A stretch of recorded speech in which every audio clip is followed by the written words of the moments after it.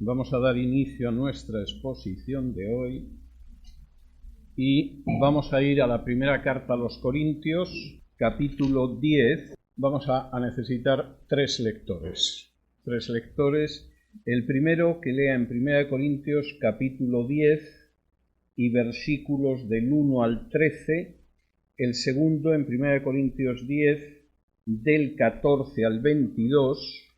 Y el tercero en 1 Corintios 10, del versículo 23 al 11:1. Porque no quiero, hermanos, que ignoréis que nuestros padres todos estuvieron bajo la nube, y todos pasaron el mar, y todos en Moisés fueron bautizados en la nube y en el mar. Y todos comieron el mismo alimento espiritual, y todos bebieron la misma bebida espiritual, porque bebían de la roca espiritual que los seguía, y la roca era Cristo. Pero de lo más de ellos no se agradó Dios, por lo cual quedaron postrados en el desierto.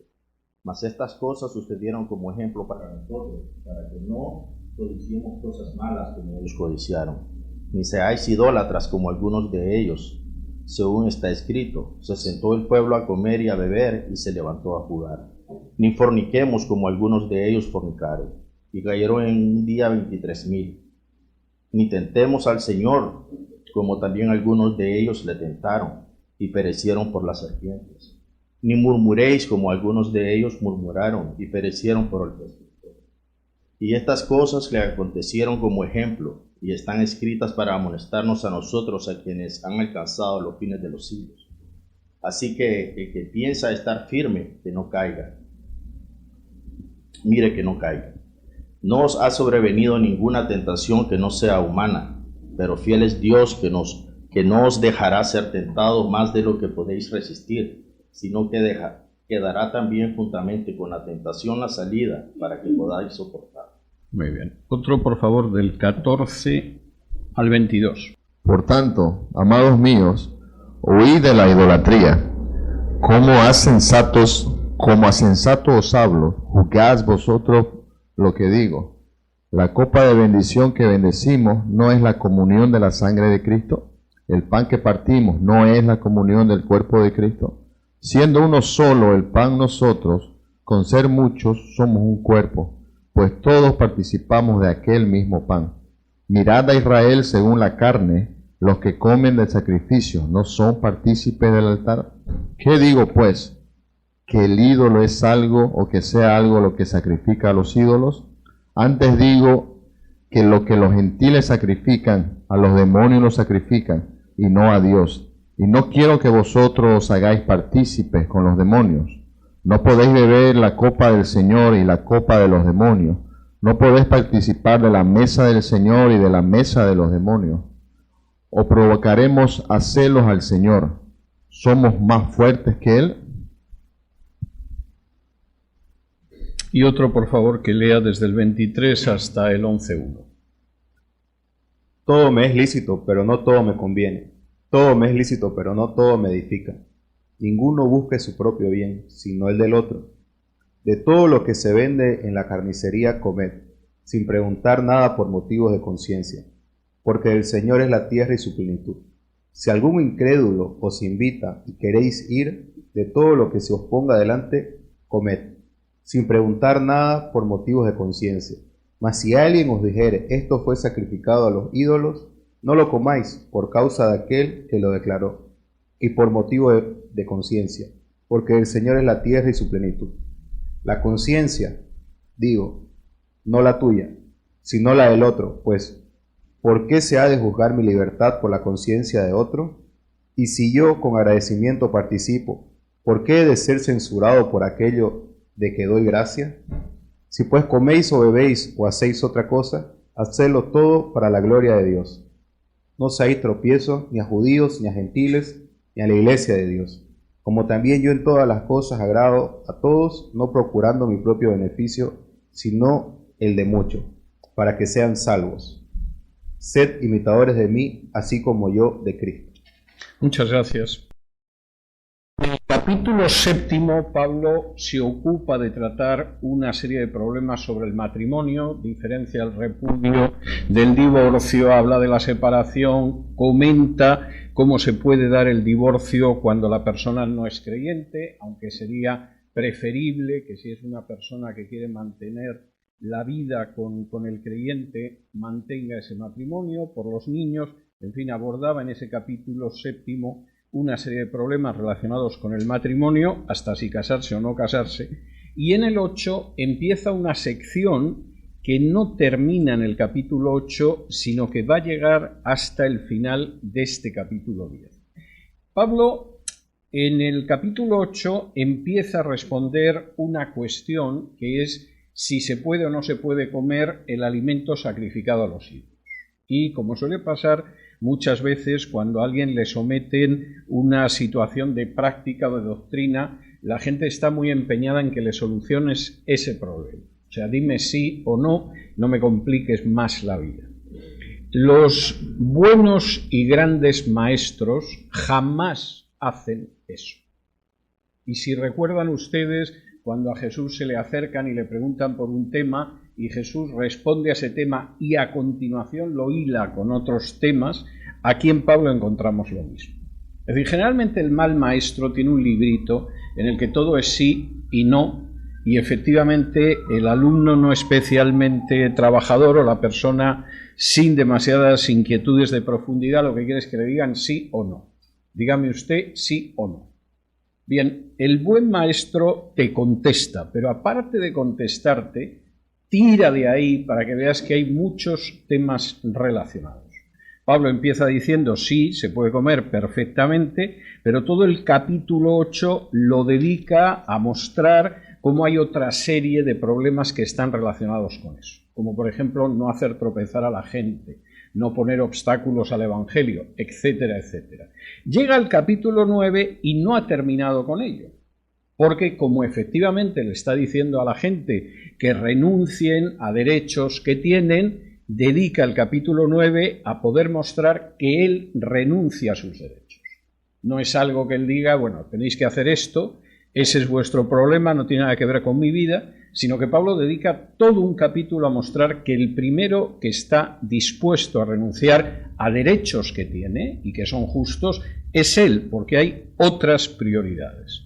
Y entonces llegamos al capítulo 10 y van a ver ustedes que la pregunta que empezaba varios capítulos atrás concluye aquí y ya la semana que viene en el capítulo 11 Pablo va a tratar otros temas. Pablo, como Jesús, es el típico gran maestro que le plantean un problema que te lo va a responder, no te lo va a eludir con palabrería, que es lo que a veces se hace, pero te va a mostrar todas las derivadas y todas las cuestiones relacionadas con ese tema.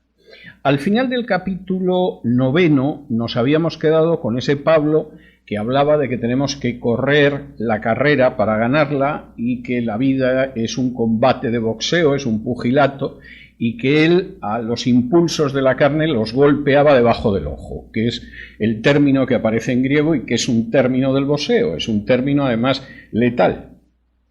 Si quieres derribar a tu adversario, le tienes que propinar un golpe justo debajo del ojo que debe hacer que el cerebro baile la conga dentro del cráneo y efectivamente lo tumbas.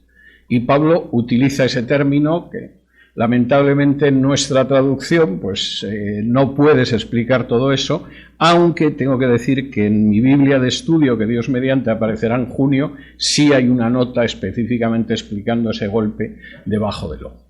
Y cuando llega a ese punto, Pablo a continuación une todo el capítulo 10 para volver a explicar por qué hay que correr para ganar y por qué hay que golpear nuestros impulsos carnales debajo del ojo para noquearlos. Y dice en el versículo 1 del capítulo 10, porque no quiero, hermanos, que ignoréis. Es decir, todo esto os lo he contado porque hay algo que no quiero que ignoréis. Y alguno diría, pero Pablo, si yo solo te he preguntado si me traen unas chuletas consagradas a la diosa Venus, ¿las puedo comer o no?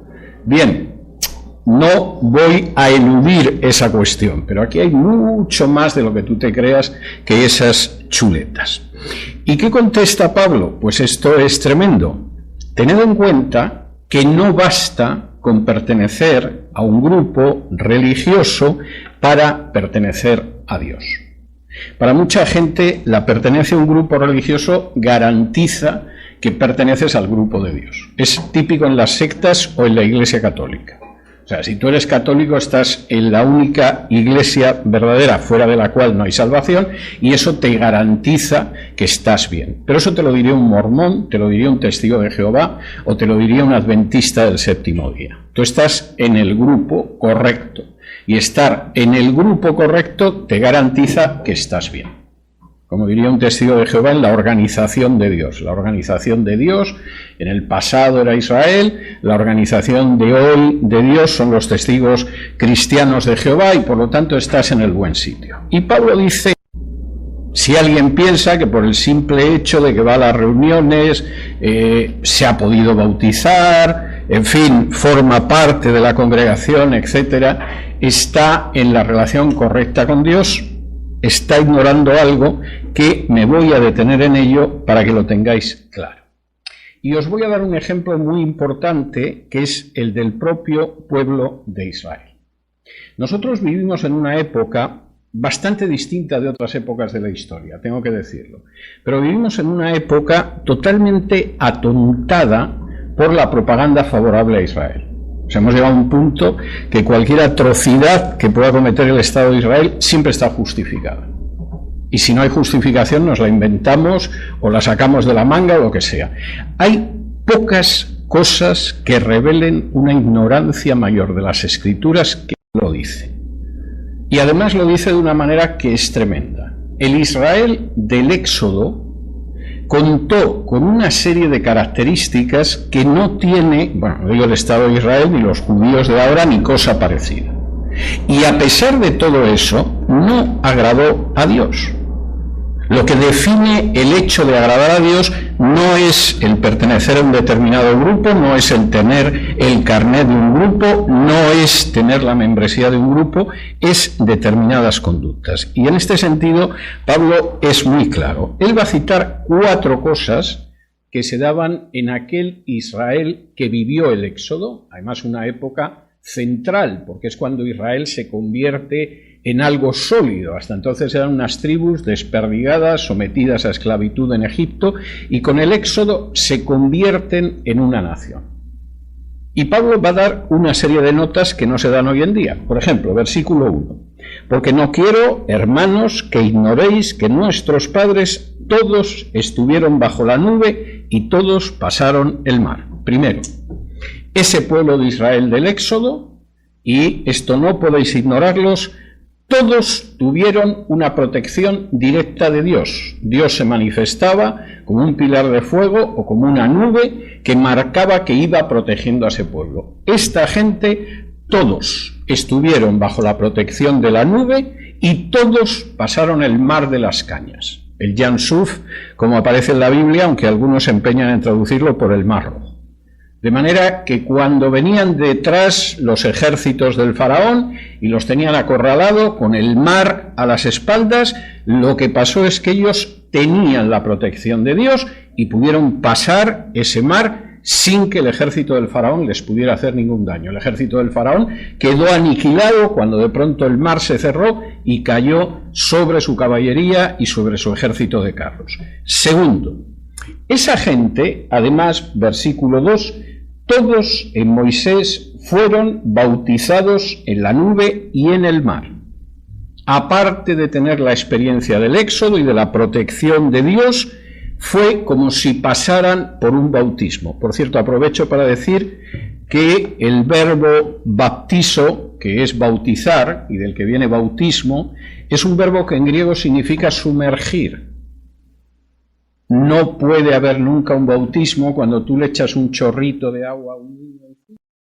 Predicando yo sobre Marcos, al hablar de las costumbres de los fariseos, dice que practican muchos bautismos con los cacharros, los cubiertos, los platos, los sumergían en agua. De manera que si alguien cree que el bautismo es echar unas gotitas de agua a un niño, es que no tiene ni idea de lo que es el término bautismo. Y lo que sucede aquí es que Pablo añade un tema más. Esta gente estaba en esa situación y fueron sumergidos en la nube y en el mar. La nube los cubrió y los salvó del ataque del faraón. El mar es un mar que atravesaron. Lo atravesaron a pie seco, a pie enjuto, pero lo atravesaron. No solo eso, versículos 3 y 4. Además, todos comieron el mismo alimento espiritual. Es decir, ustedes saben que el alimento espiritual era el maná. No mentían, que Dios les había dado de comer. Y es algo que aparece en el libro del Éxodo y a lo largo del Pentateuco. Durante esos 40 años que por su incredulidad el pueblo de Israel tuvo que vagar por el desierto, Dios los alimentaba cada día. Todos ellos tuvieron esa experiencia. Y última experiencia, que es tremendamente importante, versículo 4, y todos bebieron la misma bebida espiritual porque bebían de la roca espiritual que los seguía, y la roca era Cristo.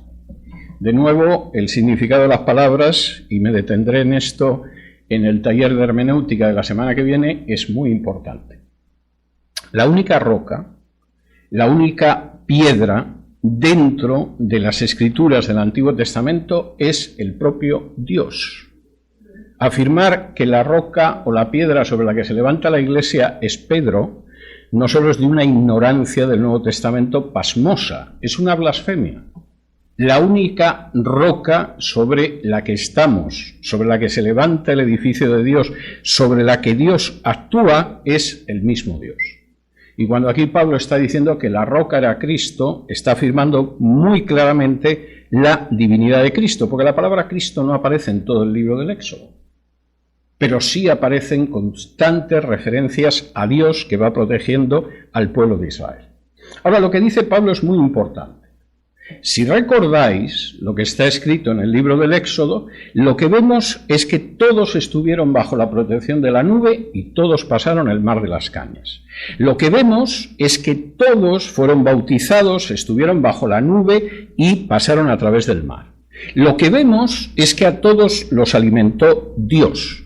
Y lo que vemos es que incluso la roca que es Dios, y en este caso era Cristo, los dio de beber a todos espiritualmente. Bueno, pues se supone que esta gente es gente que debía de funcionar de maravilla.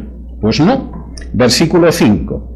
Pero de los más de ellos no se agradó Dios, por lo cual quedaron postrados en el desierto. Afirmación terrible, pero enormemente contundente.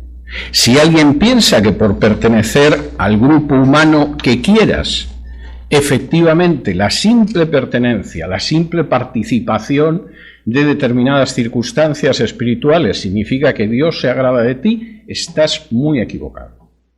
La experiencia de Israel en el Éxodo es muy difícil encontrar un paralelo, incluso en la historia de Israel. Y no pudieron recibir más. Y evidentemente formaban parte de Israel. Y ninguno podía decir, no, yo en vez del maná iba a cazar por el desierto. No. Y sin embargo, ¿qué pasó? Que Dios consideró que eran magníficos, los llevó hasta la tierra prometida, entraron felizmente. No.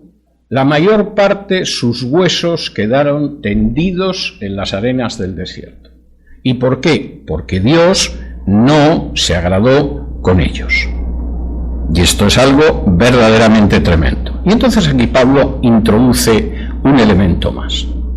Para realmente tener una relación con Dios, no basta que formes parte de un grupo humano. O sea, puedes venir aquí, aceptas la confesión de fe, si no estás bautizado, te bautizamos, etcétera, etcétera. Externamente, perteneces a la Iglesia. Pero puede que nunca se operara una conversión, puede que efectivamente nunca haya sido así, y lo que tienes es una pertenencia exterior que no es la pertenencia interior. Y Pablo dice, voy a daros algunas señales de por qué Dios no se agradó de esta gente y se quedó ahí con los huesos calcinándose bajo el sol. Y es tremendo. Versículo 6, muy importante. Mas estas cosas sucedieron como ejemplos para nosotros, para que no codiciemos cosas malas como ellos codiciaron. Ojo, la historia del pueblo de Israel no es normativa, no es nuestra norma de vida. Si fuera nuestra norma de vida, adoraríamos a los Baales, asesinaríamos a un oficial porque nos gusta su mujer y nos hemos acostado con ella, nos dedicaríamos a oprimir a determinadas personas, etcétera, etcétera. No es nuestra norma, la única norma de nuestra vida es Cristo y las enseñanzas de Cristo. Pero de esa historia sí derivamos ejemplos. Y hay que tener mucha atención a esos ejemplos, porque a veces son el ejemplo de lo que no hay que hacer, y es tremendamente importante. Pablo menciona 5 conductas, que son conductas en las que incurrió el pueblo de Israel, que se quedó tendido al sol en su inmensa mayoría.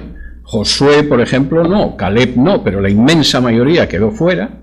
Y esas son conductas que nos sirven de ejemplo de lo que no hay que hacer. Primera cuestión que hay que evitar, la codicia. Versículo 6, mas todas estas cosas sucedieron como ejemplo para nosotros, para que no codiciemos cosas malas como ellos codiciaron. La codicia no suele considerarse en muchas ocasiones una conducta pecaminosa que nos aparta de Dios. Todo lo contrario. Hay un evangelio de la codicia, que lo llaman de la prosperidad, que en realidad se dedica a excitar la codicia de la gente. En realidad debes de seguir al Señor, debes convertirte a Jesús, etcétera, porque va a satisfacer realmente tu codicia. Y este es un país de codicia, entre otras cosas porque es un país muy rico y por lo tanto, como es un país muy rico, pues evidentemente te puede excitar la codicia. Si estás viviendo en un país del África Austral, pues hombre, resulta bastante difícil. Pero en un país como este es muy fácil. Y de hecho, por cierto, en una estadística, en un estudio que estuve analizando esta semana, una de las cosas que aparecía y era muy significativa es que este es el país más rico del mundo y uno de los más insatisfechos e infelices del mundo. Tenemos multitud de países mucho más pobres que los Estados Unidos, donde la gente se siente mucho más satisfecha y más feliz, pero seguimos siendo el país más rico del mundo. El estado más pobre de los Estados Unidos, que es Mississippi, tiene una renta per cápita que es más del doble de la renta per cápita de España, por ejemplo. Imagínense ya al sur del Río Grande. Y tiene 5 veces menos desempleo que España. Imagínense en otros países. Pero eso no hace que la gente del estado de Mississippi o de otros estados sean más felices. Palabras de Pablo, lo primero que tenemos que aprender es a no codiciar. Como él mismo señala en una de sus cartas, la codicia, la avaricia, es una forma de idolatría. Segundo, y esto es muy importante, tampoco caigamos en la idolatría. Pero fíjense lo que considera idolatría. Versículo 7. Ni seáis idólatras, como algunos de ellos, según está escrito, se sentó el pueblo a comer y a beber y se levantó a jugar. ¿Eso es idolatría? Se supone que la idolatría es simplemente adorar imágenes. Sí, eso también es idolatría. Pero hay muchas conductas que son idolatría aunque no haya una imagen interpuesta. Bueno, pero comer y beber es necesario, sí, es necesario. Incluso jugar, si es un juego sano, no irse a Las Vegas a gastarse el dinero en un casino. Juegos de mesa o juegos deportivos también es muy sano. Pero cuando en el centro de tu vida no está Dios, sino que lo que está es estas conductas, llegamos a esa situación en la que Pablo dice que su Dios es el vientre. ¿Por qué? Porque se levantaban por las mañanas, se miraban en el espejo, contemplaban el ombligo y lo adoraban, viendo lo bonito que tenía en el vientre. No, porque realmente lo que adoraban en esta vida era comer, beber y jugar. Yo recuerdo una vez, y cuando lo recuerdo, la verdad es que no sé si llorar o reír, pero una vez hablando con un hermano que hacía décadas que se había convertido, un día está hablando conmigo y me dice: A mí en esta vida me importan sobre todo dos cosas: comer y bailar. No hay nada malo en el comer, o sea, es necesario, me parece que es algo natural, no tengo que insistir en esto. Incluso el baile, según el tipo de baile que sea, tampoco tiene por qué ser malo. Pero ¿realmente alguien se puede creer que una persona que hace más de 20 años que dice que es cristiano, lo más importante en su vida sea comer y bailar? Es que es un claro ejercicio de idolatría. Bueno, y cuando se ponía a hablar de platos, veías que verdaderamente adoraba al pollo, a la carne o lo que fuera. Era algo tremendo. Tenía un entusiasmo hablando de distintos platos. Me parece bien. A mí también me gusta comer y aunque no me gustara tendría que hacerlo para no morirme. Pero evidentemente hay gente que cae en la idolatría de que la conducta cotidiana es lo más importante en su vida. No es el Señor, no es el servicio al prójimo, es comer, beber y jugar, como esta gente que incurrió en idolatría. Tercera conducta, la fornicación, versículo 8. Ni forniquemos, como algunos de ellos fornicaron y cayeron en un día 23.000. Esto, en oídos de la gente de Corinto, debió de sonar como un trayazo, como un latigazo. Una ciudad dedicada a la fornicación. Cuando no estaban comiendo, estaban intentando fornicar. Y era fácil, porque incluso alguno de los templos tenía prostitutas sagradas que encontrabas a cualquier hora del día o de la noche por una cantidad pequeña. No te iban a privar de un placer así por una cuestión de dinero. Y Pablo dice, no, esa conducta es otra conducta que también tenéis que rehuir. La codicia, la idolatría, la fornicación. Y por cierto, acordaros que estos se pusieron a fornicar en el desierto y lo pasarían más o menos bien, pero en un solo día murieron 23.000, que es una buena cifra de muerte, vamos, parece auténticamente una epidemia. Cuarto, versículo 9. Ni tentemos al Señor, como también algunos de ellos lo tentaron y perecieron por las serpientes. No tentemos al Señor. Hay conductas en las que podemos incurrir, que podemos practicar, que implican tentar al Señor, desafiar al Señor. Bueno, pues si os acordáis del relato del Éxodo y de la marcha por el desierto, en una de esas ocasiones en que el pueblo de Israel tentó al Señor, aparecieron serpientes y empezaron a caer como moscas, y Moisés tuvo que levantar una serpiente de bronce y el que miraba la serpiente de bronce se sanaba. Episodio de la historia de Israel que Jesús retoma en el Evangelio de Juan para decir que igual que aquellos se salvaron viendo a la serpiente de bronce, quien ahora mire a él y crea en él también se salvará. No tentéis al Señor. No, pero es que yo soy de la tribu de Leví, como si eres de la tribu de Judá. No tentemos al Señor. Quinta conducta, y esta sí que ya es algo para terminar de desconcertar a cualquiera. Versículo 10. Ni murmuréis como algunos de ellos murmuraron y perecieron por el destructor. Lo de la fornicación en ciertas sociedades todavía se ve mal, pero lo de la murmuración, pero si eso está a la orden del día. Hay gente que el deporte que más practica es la murmuración. No necesitas nada más que sentarte al lado de esa persona y ya te está hablando mal de alguien. En alguna ocasión hasta puede que tenga razón, lo cual de alguna manera parece que justifica y legitima la murmuración, pero Pablo dice, no, cuando lo que se produce es murmuración, ese es un ejemplo de que se va muy mal. Ahora es curioso porque aquí Pablo no menciona que son creyentes detestables o falsos creyentes los que no entregan determinada cantidad de dinero en su iglesia. Pero si viéramos la predicación de muchísimas iglesias, parecería que ese es casi el único pecado. No, Pablo habla de situaciones que son muy concretas y que tenemos que evitar porque los ejemplos que tenemos son tremendos. Hay que evitar la codicia. Aunque algunos consideren que la codicia es magnífica, para eso hemos venido a este país. Hay que evitar la idolatría de hacer que nuestra vida gire en torno a cosas que a lo mejor no son malas, pero que es que realmente son el centro de nuestra vida, como comer, beber o jugar. Hay que evitar la fornicación, aunque sea muy moderna y pueda ser muy agradable. Hay que evitar tentar al Señor y hay que evitar la murmuración.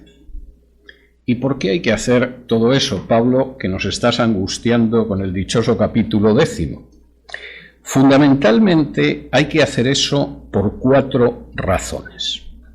Y Pablo las va a señalar a continuación. Primera razón, porque estamos en los fines de los tiempos. Y si vamos al versículo 11, dice: y estas cosas les acontecieron como ejemplo y están escritas para amonestarnos a nosotros, a quienes han alcanzado los fines de los siglos. Ahora, hay una enseñanza muy repetida, muy típica de las sectas americanas, o sea que no me extraña que haya entrado en el mundo evangélico, de que el fin de los tiempos, el fin de los siglos, etcétera, es el tiempo inmediatamente anterior a la segunda venida de Cristo. Esto no solo no es bíblico, es que indica un desconocimiento de los términos dentro del hebreo tremendo. En hebreo no hay estos tiempos y luego el fin de los tiempos, que es cuando llega el Mesías. En hebreo no existe nada más que este tiempo y el tiempo venidero, que es cuando llega el Mesías, el Olam Haba. Y si ustedes se toman la molestia de leer el Nuevo Testamento, lo vimos, por ejemplo, en el discurso de Pedro en Pentecostés, los últimos tiempos empiezan con la llegada del Mesías y acaban con el regreso del Mesías. Y en ese sentido él habla de cómo ahora mismo vivimos los postreros tiempos. ¿Por qué? Porque el Mesías ya llega. De manera que cuando alguien me pregunta, ¿cree usted que vivimos en los últimos tiempos? Yo dudo entre decirle sí, pero no es lo que usted se cree que son los últimos tiempos, o decirle, defíname lo que cree que son los últimos tiempos, y entonces le digo si sí o si no. Pero Pablo aquí es muy claro, y está escribiendo hace 20 siglos. A nosotros nos han alcanzado los fines de los siglos. No, el fin de los siglos, el fin de los tiempos está no sé cuántos siglos en el futuro. No, nosotros estamos viviendo en la época en la que ya ha llegado el Mesías. Y como estamos viviendo en una época nueva, porque incluso nuestro calendario nos habla de antes y de después de Cristo, puesto que no vivimos ya en la etapa anterior al Mesías, sino en la etapa del Mesías, todos estos ejemplos hay que tenerlos en cuenta. De eso hay muchos beneficios en los que no me puedo extender ahora, pero por ejemplo, cada vez que aparezca un charlatán diciendo que el arrebatamiento está a la vuelta de la esquina porque hay lunas de sangre, ustedes se reirán como yo me río y no le hagan ningún caso y que se dedique a estafar a su buena madre. Pero esta es la primera situación. Nosotros efectivamente lo tenemos en cuenta porque nos han alcanzado los fines de los tiempos. No porque estamos esperando en un futuro distante, a milenios, no, porque ya nos han alcanzado. Segundo, lo tenemos en cuenta por una razón que además es muy práctica, versículo 12. Así que el que piensa está firme, mire que no caiga. Porque aunque estemos firmes, nuestra conducta sabia y prudente es procurar no caer. Descuídate en tu firmeza y te puedes encontrar tendido en el suelo. Y esto es muy real, esto es muy real. Y es algo que deberíamos de recordar. Podemos estar en una situación de firmeza. Venimos al culto del viernes y salimos que casi levitamos, flotando por el aire. Escuchamos los estudios o las predicaciones del domingo y se nos llena el corazón. Todo es magnífico, dale gracias a Dios por ello, pero puesto que estás en pie, cuídate de no caer. Y Pablo en ese sentido es muy claro. Tercero, tenemos que tener esto en cuenta porque en contra de lo que piensan muchas personas, la tentación siempre es vencible. Versículo 13.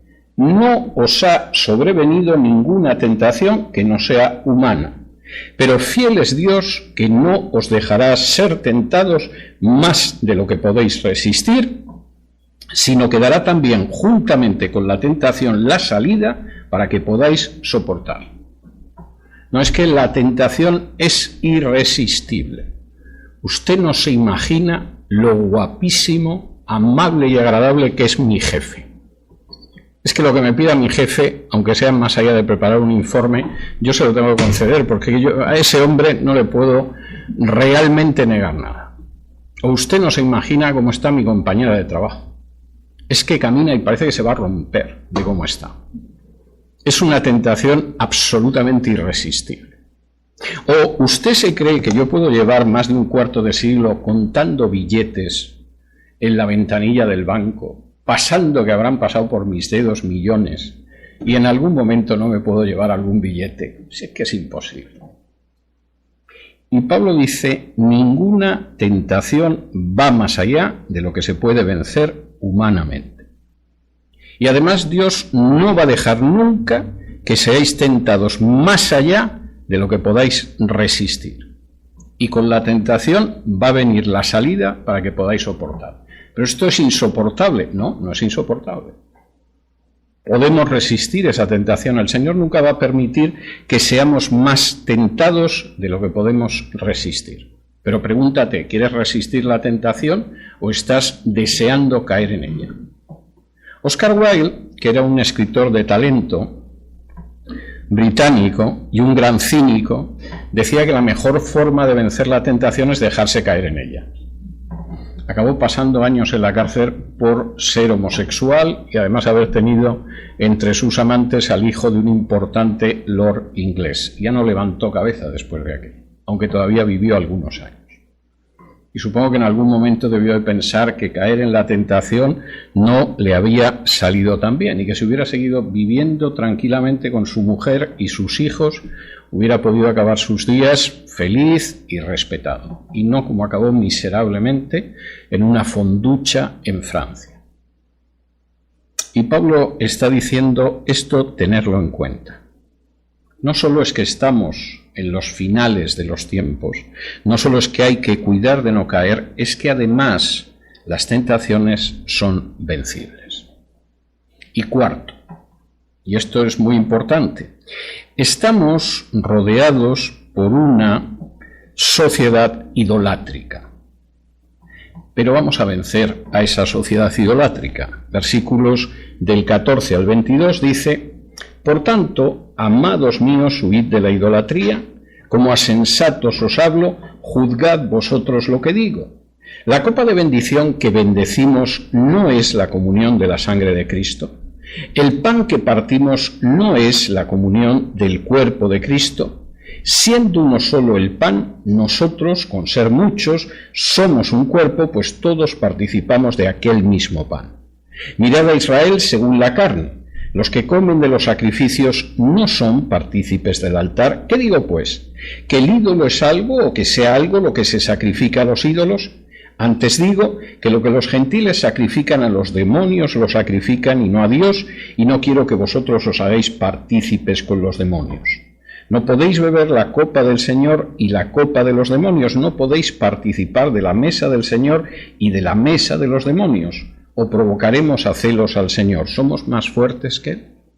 Última cuestión, vivimos en una sociedad idolátrica. Hombre, en la sociedad en la que vivimos aquí en Estados Unidos, en el primer cuarto del siglo XXI, bueno, es relativamente posible que no acabes en una ceremonia pagana, es relativamente posible que sí acabes en una ceremonia pagana, pero no es tan fácil. Pero vivimos en una sociedad que es idolátrica. Es una sociedad que adora el dinero. Es una sociedad que adora escaparse, aunque para escaparse se tenga que emborrachar o drogarse. Estamos en una sociedad que adora la fornicación. No podéis estar participando de la marcha de esa sociedad y al mismo tiempo estar teniendo comunión con el Señor. No se trata de que la gente se vaya a vivir a una colonia, como hacen los Amish, y entonces como no tratan con nadie, salvo el sábado por la mañana, que bajan al mercado de Alexandria a vender leche y yogur, y pues eso es lo que hay. No, el Señor no quiere que estemos fuera de este mundo, pero no somos de este mundo. Y Pablo se lo tiene que recordar, no podéis participar de las obras de un mundo que es absolutamente demoníaco. y más cuando en un momento determinado participáis todos del mismo pan. Porque lo que coméis no es la carne de Cristo. Pablo insiste varias veces en que estáis comiendo pan. Pero ese pan tiene un enorme significado. Implica que hay una comunión en el cuerpo de Cristo. Como siguiendo una de tantas gringadas, la cena del Señor, en vez de tenerla con un pan, como era en el siglo I, nos dan unas obleas pequeñitas a cada uno, pues esa sensación de que todos comemos el pan se pierde, porque efectivamente no estábamos comiendo todos el mismo pan. Nos dan una oblea y procuramos, eso sí, comérnosla a la vez para recoger un poquito de esa sensación de que todos formamos parte del mismo cuerpo y somos miembros los unos de los otros. Pero en la época de Pablo, en que se utilizaba un solo pan, como dice aquí, pues evidentemente la gente lo veía. El pan iba pasando, la gente tomaba un pedacito del pan y entonces era obvio que todos participaban de ese pan que simbolizaba la comunión con el cuerpo de Cristo que se había entregado en la cruz. Y Pablo dice, eso lo estáis haciendo. Añadiría, lo hacéis todos los domingos además, pero eso lo estáis haciendo. Si tenéis una comunión los unos con los otros, que además es una comunión con el Señor, no podéis tener comunión con la sociedad pagana que os rodea. Daos cuenta de eso. Tiene otros valores. Claro que trabajáis en medio de ellos, que les comunicáis el Evangelio, que habláis con ellos, que podéis tener parientes entre ellos, incluso a lo mejor hasta amigos entre ellos. Pero es una sociedad distinta. No participéis de sus valores. Porque sus valores no es que sean solo una filosofía equivocada, que lo son. Es que son valores demoníacos. Y son valores en los que Dios no tiene nada que hacer, o a Dios se le utiliza para justificarlos, y esos valores al final aparecen en la idolatría, en la codicia, en la fornicación, etcétera, etcétera, etcétera. Y Pablo llega ahora al final de la sección que comenzó en el capítulo 8. Y aquí acaba ahora, y de nuevo, como estaba comentando antes, los grandes maestros siempre enseñan mucho más allá de lo que les preguntan. Responden a las preguntas, pero de pronto te enseñan una perspectiva que generalmente no hubieras pensado que está ahí. Y Pablo cierra esta sección con 7 cuestiones. Primera cuestión, versículo 23, todo me es lícito, pero no todo conviene, todo me es lícito, pero no todo edifica. Primero, recuerda que efectivamente para el creyente hay infinidad de conductas que son lícitas, pero eso no significa que sean las más convenientes. Cuando estés en un momento determinado, pensando en si haces una cosa o la otra, recuerda que lo bueno es enemigo de lo mejor. Y tú tienes que buscar lo mejor, no solo lo bueno. Todo es lícito, todo te está permitido, pero no todo es conveniente y no todo edifica. Segundo, hay que buscar el bien de los demás antes que el propio. Versículo 24. Ninguno busque su propio bien, sino el del otro. ¿Sabes cómo acertar? Una regla de acertar.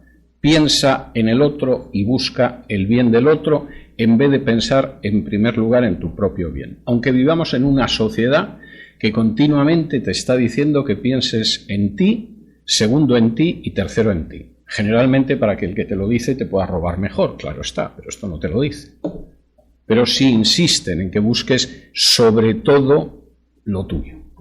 Como dice un refrán, la caridad bien entendida empieza por uno mismo.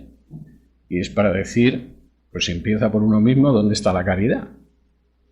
Pero es un sentimiento muy habitual. Segundo, tienes que buscar el bien de los demás antes que el propio. Tercero, para que no le quede a nadie dudas, porque sé, queridos corintios, que sois un poco brutos y si no machaco bien las cosas, esto se os va a escapar.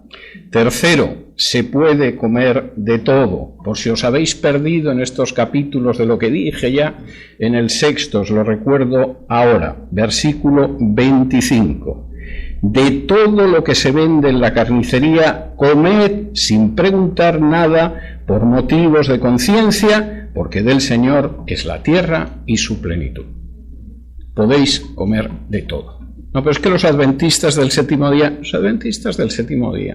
siguen una profetisa loca que se dedicaba a copiar de otros libros sus profecías y a decir que Dios la inspiraba, y que se llamaba Elena White. De manera que ni caso.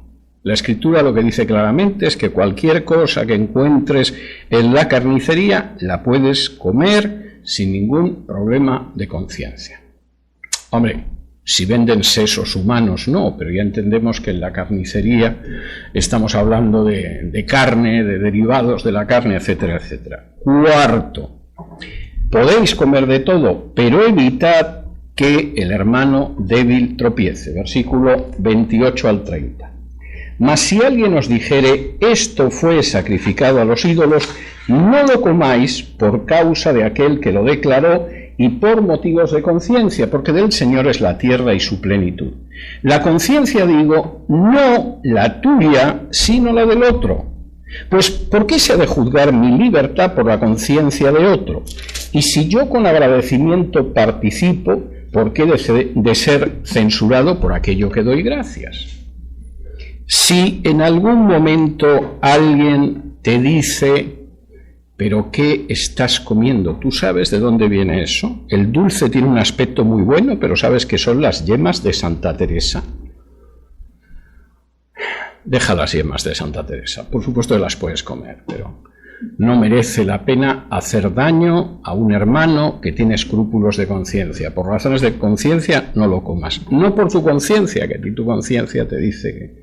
En fin, ya veremos cómo acaba tu nivel de glucosa y de azúcar en la sangre cuando te comas la caja de yemas, pero tu conciencia no te dice que eso sea malo espiritualmente. Pero por tu hermano, hazlo.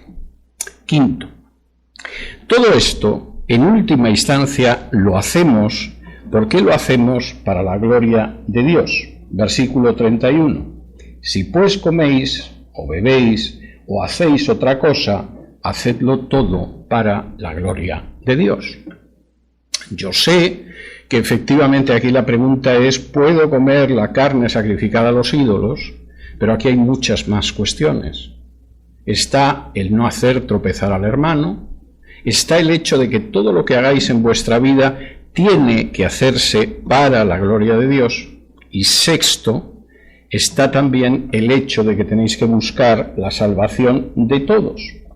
Versículos 32-33, no seáis tropiezo ni a judíos, ni a gentiles, ni a la iglesia de Dios, como también yo en todas las cosas agrado a todos, no procurando mi propio beneficio, sino el de muchos, para que sean salvos.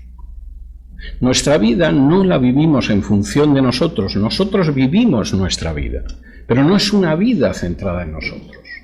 Estamos dispuestos a renunciar a nuestros derechos para no hacer tropezar a la gente, para hacer todo para la gloria de Dios y para ir buscando la salvación de todos, sean lo que sean, judíos, gentiles o medio pensionistas. Y séptimo, aprended a imitarme. Capítulo 11 y versículo 1, sed imitadores de mí, así como yo de Cristo. Oscar Wilde, que era un gran cínico, tenía un gran sentido del humor, decía, bienaventurados nuestros discípulos porque heredarán nuestros defectos. Y esto, que suena muy cínico, es bastante real. Yo he visto maestros que tenían discípulos. Generalmente el discípulo no llegaba al talento del maestro, pero copiaba todos y cada uno de sus defectos. Y es una forma absolutamente cínica de ver las cosas. Y a veces tienes que oír, bueno, tal persona o tal otra hacía esto y yo por eso lo hago. No ha pensado si eso se conforma con la Biblia o no, lo hacía alguien y punto. Pero lo que Pablo dice aquí es algo muy distinto que ese bienaventurados nuestros discípulos porque heredarán nuestros defectos. Está hablando de lo importante que es el ejemplo. Pablo, por supuesto, da por supuesto que atenderán lo que él dice, etcétera, pero lo que es realmente importante es que la gente aprenda por el ejemplo. Cuando uno ve, por ejemplo, la vida y las enseñanzas de Jesús y luego ve lo que han escrito Juan, o lo que han escrito Pedro, o gente que estuvo cerca de Jesús, han aprendido del ejemplo de Jesús. Ese Juan, que en un momento determinado le dice a Jesús: ¿hacemos que llueva fuego sobre esta aldea de samaritanos que no te ha querido recibir? Y que ha escuchado a Jesús diciendo: vosotros es que no sabéis del espíritu que sois, ni idea tenéis de lo que estáis diciendo. Como recordaba muy acertadamente el hermano Tanaka este viernes en su estudio de los Salmos, es el mismo Juan, exactamente el mismo, que dice que el mayor mandamiento y el nuevo mandamiento es que os améis los unos a los otros. Y eso lo aprendió solo de escuchar a Jesús y de ver el ejemplo de Jesús. Jesús murió apenas unos instantes después de decir: Padre, perdónalos porque no saben lo que hacen. Y lo acababan de clavar en una cruz. Y lo mismo sucede con Pablo. Pablo no tenía que desarrollar grandes cosas, aunque yo reconozco, después de más de medio siglo de estudiar a Pablo, y uno siempre sigue encontrando cosas nuevas, que tenía una enorme capacidad dialéctica y una enorme capacidad de enseñanza.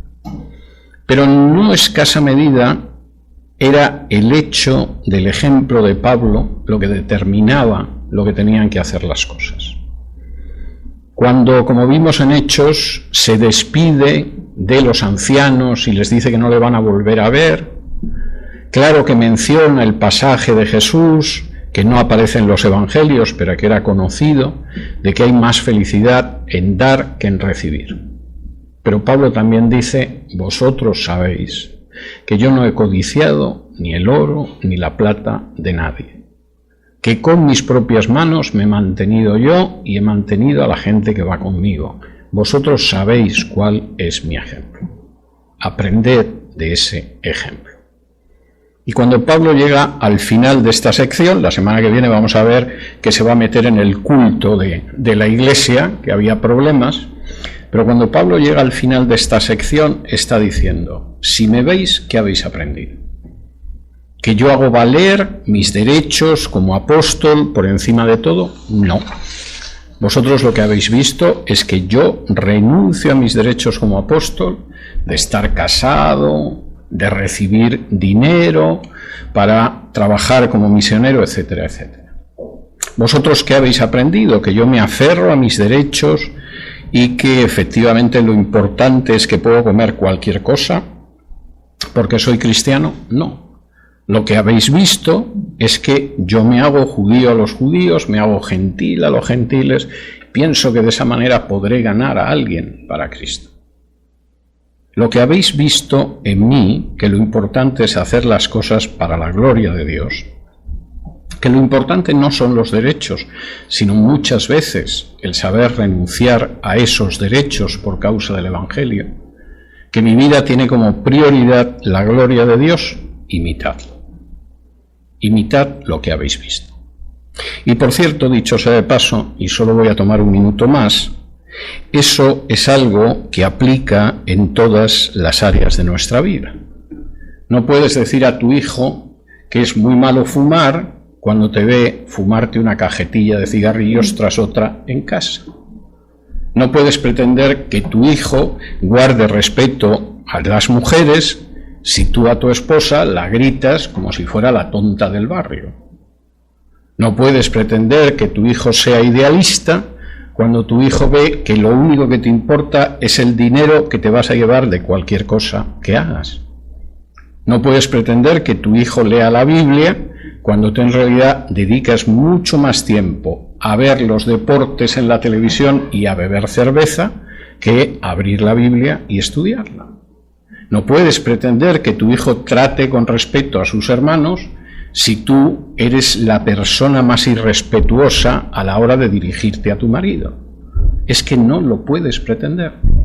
Y la enseñanza que le das a tu hijo puede ser muy buena, pero si no va unida a un ejemplo que puedan imitar, va a tener muy poca eficacia. Es más, como los niños son niños, pero no imbéciles, como los adolescentes son adolescentes, pero no idiotas, en un momento determinado llegarán a la conclusión de que mi padre y mi madre viven como quieren y no como me enseñan. Y yo no soy tan tonto como para hacerles caso. Al final, el ejemplo es tremendamente importante y por eso Pablo puede cerrar toda esta sección que empezó con Podemos comer, con toda una teología de la vida en la Iglesia, con toda una teología de mi vida en relación con el Evangelio, con toda una teología de comportarme con todo el mundo, hermanos débiles, judíos, gentiles, hasta marcianos, si los hubiera, y con toda una teología de encaminar nuestra vida